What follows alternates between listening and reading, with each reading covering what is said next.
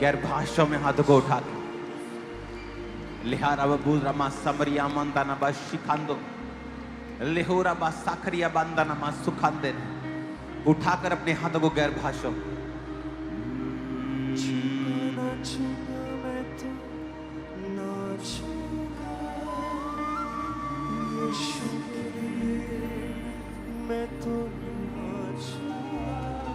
आज जो प्ले आपने देखा है वो प्ले नहीं था, वो एक भविष्यवाणी थी जो परमेश्वर आपके साथ करने जा रहा है। जो परीक्षाओं में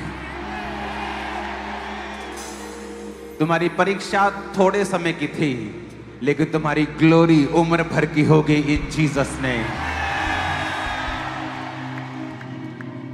तुम्हारी परीक्षा चंद दिनों की थी, लेकिन तुम्हारी महिमा सालों सालों की होगी इन जीसस ने। उठाकर अपने हाथों को और खुदावन से कहो, मैं तेरे साथ वफादार रहूंगा, वही करूंगा जो तेरा आत्मा मुझसे, तेरा वचन मुझसे कहेगा। तेरे वचन और तेरी आत्मा के द्वारा चलाए मैं चलूंगा। आज जो कुछ मैं सुनूंगा मैं फलों को लेके आऊंगा।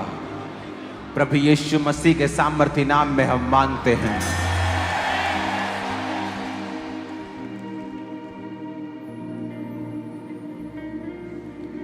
स्वागत है खुदाबंद की प्रेजेंस में आप सबका। एक हैवी उपस्थिति है परमेश्वर की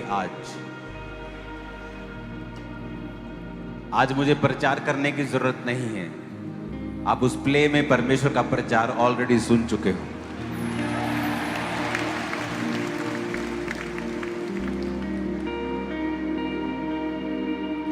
हालेलुया। आपने वफादारी का फल देखा है।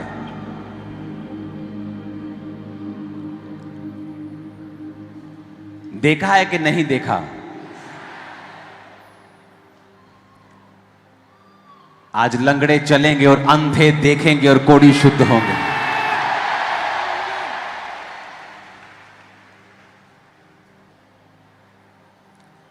और वो आपको छुएगा और आपकी बीमारी गायब कर देगा, जैसे होती नहीं हो।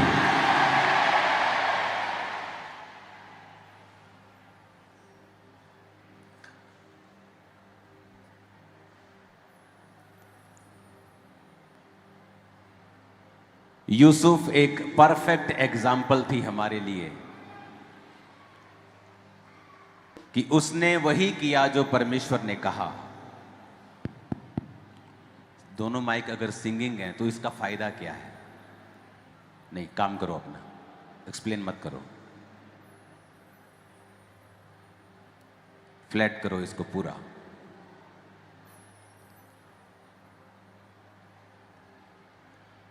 एक परफेक्ट एग्जाम्पल कि अगर आप परमेश्वर के साथ वफादार हैं, वो आपको किसी भी गड्ढे से बाहर निकाल सकता है।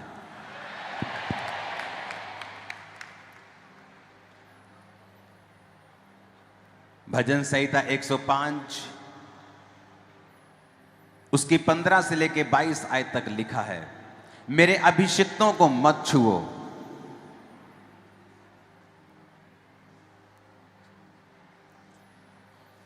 और ना ही मेरे नबियों की हानि करो। फिर उसने उस देश में अकाल भेजा और अन्न के सारे आधार को दूर कर दिया। उसने यूसुफ नामक एक पुरुष को उससे पहले भेजा जो दास होने के लिए बेचा गया। लोगों ने उसके पैरों में बेड़ियां डालकर उसको दुख दिया और वह लोहे की सांकलों से जकड़ा गया। जब तक कि उसकी बात पूरी ना हुई तब तक यहोवा का वचन उसे कसौटी पर कसता रहा। तब राजा ने दूत भेजकर उसे निकलवा लिया और देश देश के लोगों के स्वामी ने उसके बंधन खुलवाए। उसने उसको अपने भवन का प्रधान और पूरी संपत्ति का अधिकारी ठहराया कि वह उसके हाकिमों को अपनी इच्छा के अनुसार कैद करे और पुरनियों को ज्ञान सिखाए। यूसुफ कहता, मैं तुम्हारे सामने चला गया था, तुम्हारे आगे से चला गया, उसने ये नहीं कहा तुमने मुझे बेचा। इसकी गूंज कम करो, इसको समझाओ आदमी को अंदर, इसकी गूंज कम करो। अपने पड़ोसी को बोलो वो गड्ढे में नहीं गिराया गया था, बल्कि आगे भेजा गया था।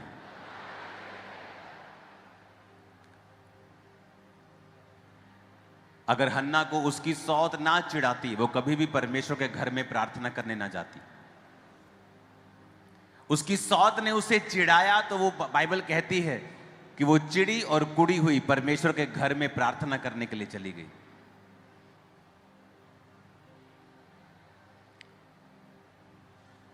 आपकी परीक्षा जो आज आपको भारी लग रही है, क्योंकि ये आपको दर्द दे रही है, आंसू दे रही है, डिस्कंफर्ट दे रही है, पर आप नहीं जानते ये आपके लिए सबसे बड़ी आशीष बन जाएगी थोड़े ही दिनों के अंदर। आपको लगता है कि ये परीक्षा आपको खत्म कर देगी, ये पेन, ये दर्द, ये परीक्षा, ये मनी प्रॉब्लम, ये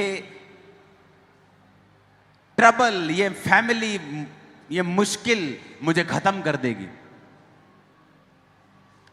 अगर आप यूसुफ की तरह पवित्रताई में रहेंगे, लिखा वो लोहे की सांकलों से जकड़ा गया था। ये कैमरा वैमरा सब बंद करो और सब लोग चुप रह के सुनो, बिल्कुल चुप। आपको स्वीट नहीं मिली तो भी चुप रहो और वचन को सुनो। अपने पड़ोसी को बोलो लोहे का मतलब है एक ऐसी परीक्षा जो बहुत ही मुश्किल जान पड़ती है। जब लोहे का जिक्र आता है कि लोहे की सांकलों से उसे बांधा गया, जब लोहे से बांधा जाता है तो कोई आस नजर नहीं आती है, कोई होप नहीं, कोई आस नहीं। अंधेरा है, डर है, फियर है, बीमारी है, दर्द है, दुख है, आंसू है, अकेलापन है।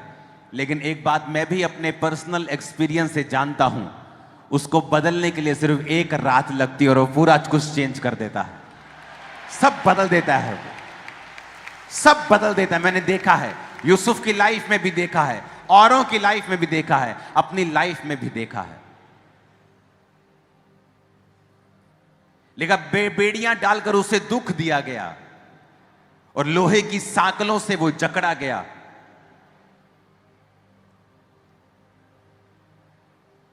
आप एक महान जीवन जीने के लिए बुलाए गए हैं, लेकिन वो आसानी से आपको मिलने वाला नहीं है। उसके लिए आपको एक सफर तय करना पड़ेगा। वो सफर यूसुफ की तरह होगा, मूसा की तरह होगा। लेकिन बहुत से लोग हैं जो अपनी परीक्षाओं में परमेश्वर के साथ वफादार नहीं हैं। कुछ परीक्षाओं में पाप कर जाते हैं, निराश हो जाते हैं, परमेश्वर की प्रेजेंस से दूर हो जाते हैं, सांसारिक तरीके से अपने दुखों को दूर करने की कोशिश करते हैं और वो चीज उन्हें और फंसाती है, निकालती नहीं है। सिचुएशन जितनी मर्जी टफ लगे, एक बात याद रखना, वो आपको स्ट्रांग करने के लिए आपकी लाइफ में आई है। आप कभी भी ऐसे नहीं रहेंगे जैसे उस समस्या से आप पहले थे। जब आप उससे निकलेंगे, आप कहीं अधिक स्ट्रॉन्गर, बेटर, बेस्ट होकर निकलेंगे इन जीसस नेम। Hallelujah, hallelujah. ऊंचाई आशीष आपकी है। बस बिलीव करना परमेश्वर के ऊपर, बने रहना, अड़े रहना और खड़े रहना, बस ये काम करना।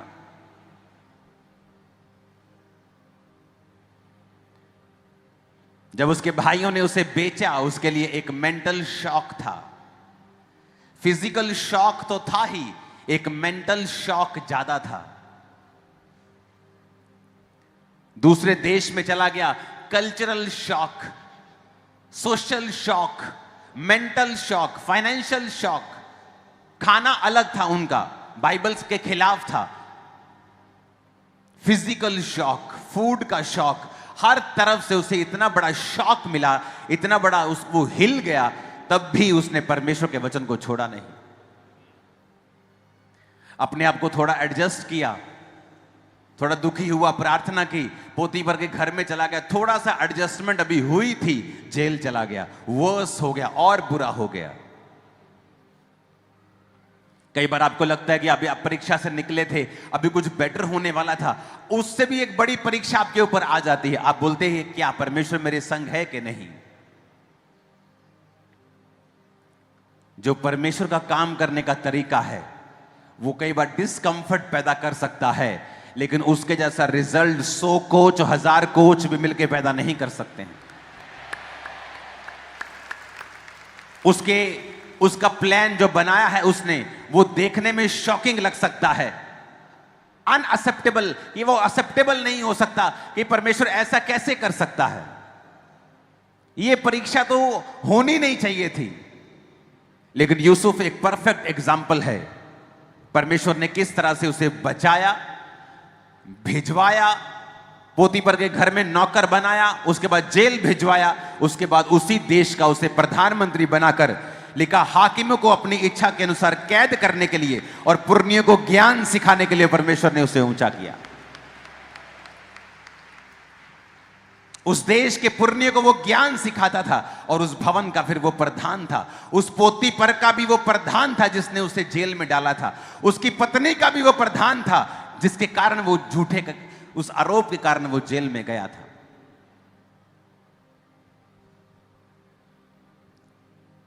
आपकी स्पिरिचुअल आईज आज ओपन हो जाएं और आप सब कुछ साफ साफ देखने लगे कि परमेश्वर आपकी लाइफ से क्या चाहता है। मैं आपको एक प्रोफेटिक वर्ड दे सकता हूं। जो लोग परीक्षाओं में हैं, दर्द में हैं, पेन में हैं, डिस्कंफर्ट में हैं, शॉक में हैं, आपके बेस्ट दिन आने वाले हैं। आप बेस्ट दिनों को देखने वाले हैं।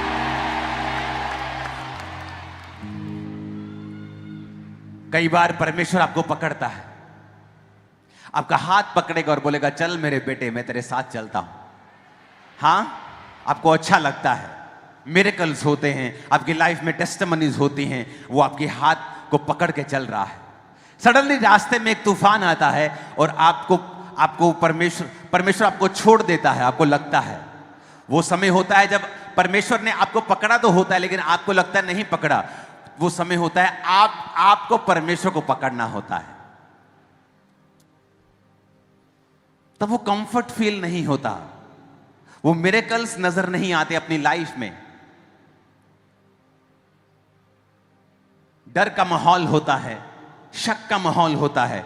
वो समय वो होता है जब परमेश्वर ऐसा दिखाता है कि उसने आपको पकड़ा नहीं, अब आपको उसको पकड़ के रखना है, आपको उसे छोड़ना नहीं है, आपको उसके वचन का अंगीकार करना है, बावजूद इसके कि वो आपके लिए कोई असर ना कर रहा हो, ऐसा आपको व्यतीत हो रहा हो। और फिर समय आएगा जब एक नई भोर होगी और उस भोर पर आपका नाम लिखा होगा कि वो तेरे लिए हुई है, तेरे परिवार के लिए हुई है, तेरे फाइनेंस के लिए हुई है, और वो तेरी सेवकाई के लिए, तेरे फ्यूचर के लिए हुई है। वो भोर जल्द ही यीशु मसीह के नाम में एक बड़ी दोपहर में बदल जाएगी, जहां प्रकाश सबको मिलेगा यीशु मसीह के नाम में। वो प्रकाश सबको नजर आएगा, आपकी लाइफ का, आपके फाइनेंस का, आपकी सेहत का, आपकी सेवकाई का, आपकी स्पिरिचुअल लाइफ का, यीशु मसीह के नाम में आमीन। ऊंचाई आशीष आपकी।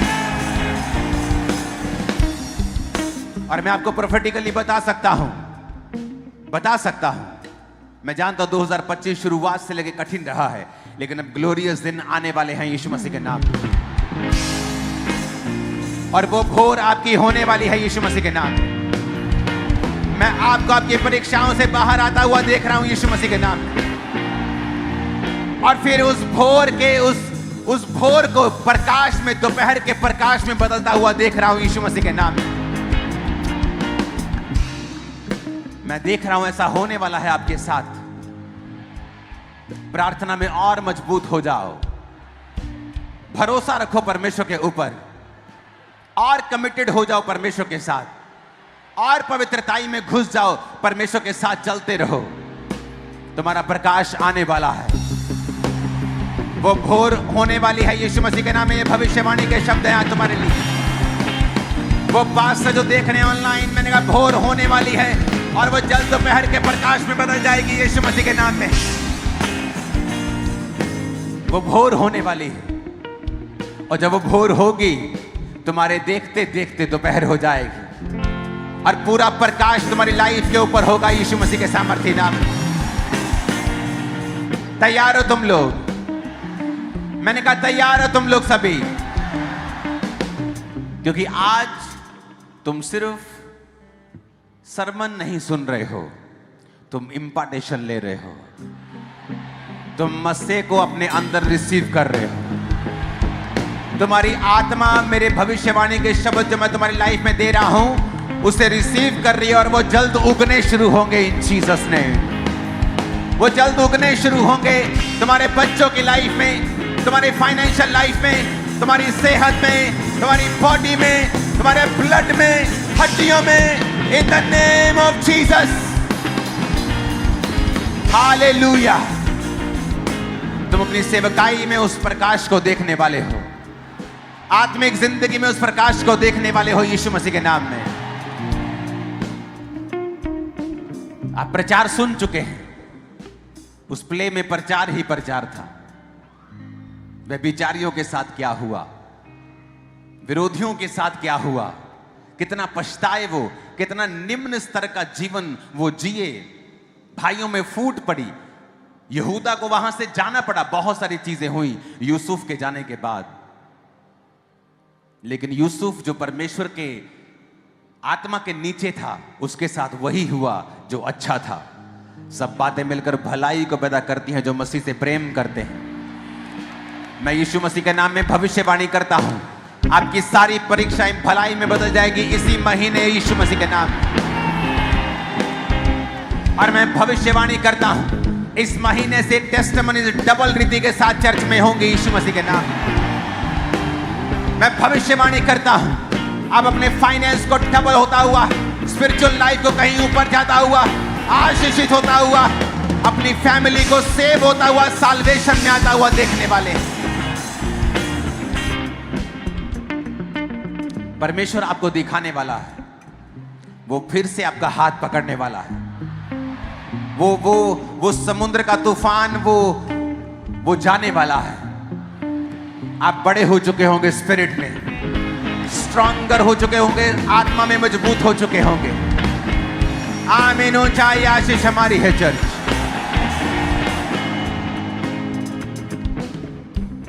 हालेलुया। इसलिए वचन में लिखा है कि जब तुम नाना प्रकार की परीक्षाओं में पड़ो तो उसको दुखी होने की बात मत समझो, क्योंकि परमेश्वर तुम्हें कुछ सिखा रहा है। वो तुम्हें कुछ सिखा रहा है। वो तुम्हें यहां तक ले आया, तुम्हें छोड़ने के लिए नहीं लेके आया।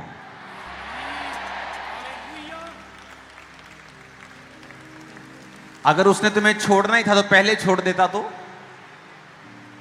वो अपना समय व्यर्थ क्यों करता? वो अपनी मेहनत जो तुम पर की गई व्यर्थ क्यों करता? अगर एक बिजनेसमैन जिसने बिजनेस नहीं चलाना हो वो अपने बिजनेस में इन्वेस्ट नहीं करता, लेकिन जिसने अपने बिजनेस को अपनी जान दे दी हो वो अपना घर, अपनी गाड़ियां, अपने खेत बेचकर उस बिजनेस को चलाता है। यीशु मसीह ने अपना लहू आपके लिए दिया है और वो अब तक आपको यहां तक लेके आया है, आपको छोड़ने के लिए नहीं। सर्कल रिपीट होता है। आज जब पहले दिन मसीह में आए थे वैसी घटनाएं आपके साथ होती हैं। फिर से वही शक, फिर से वही परीक्षा, पर परमेश्वर कहता मैं तुझे यहां तक लेके आया हूं तो छोड़ने के लिए थोड़ी लेके आया हूं। मैं अच्छा बिजनेसमैन हूं। अगर मैंने इन्वेस्ट किया है तो मैं अब कुछ और चाहता हूं, और कुछ तुम्हारी लाइफ में बढ़ोतरी चाहता हूं। याद करें पहले आप कैसे निकले थे, अभी भी आप वैसे ही निकलेंगे। जब आप परीक्षा में थे, अब 10 साल पहले तो कैसे निकले थे, अभी भी आप वैसे ही निकलेंगे। वो आपको छोड़ने के लिए इतनी दूर नहीं लेके आया, उसके लिए, उसके पास आपके लिए एक बेटर प्लान है। अब आपके गुड डेज खत्म और बेटर स्टार्ट है इन जीसस ने। आमीन। मेरे को साथ चाहिए यीशु मसीह के नाम। Hallelujah, hallelujah, hallelujah. आमीन, आमीन। मैंने आपको पहले बता दिया 2025 एक नई शुरुआत का साल होगा, जहां से हम बहुत सारी चीजों को फिर होता हुआ देखेंगे। मुझे नहीं याद 2005-6 के बाद मैंने इतनी ओवर फास्टिंग किस साल रखी होगी 25 के अलावा। मुझे मालूम था ये क्या हो रहा है। हर चीज परमेश्वर की ओर से थी, उसे ठहराया गया था।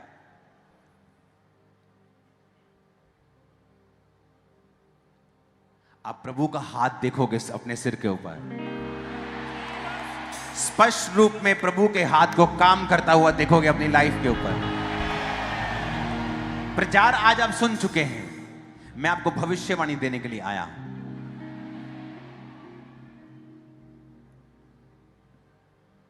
इन परीक्षाओं से निकलने के बाद आप अपनी लाइफ को ऐसा जीने वाले हैं जैसा कभी नहीं जिया होगा।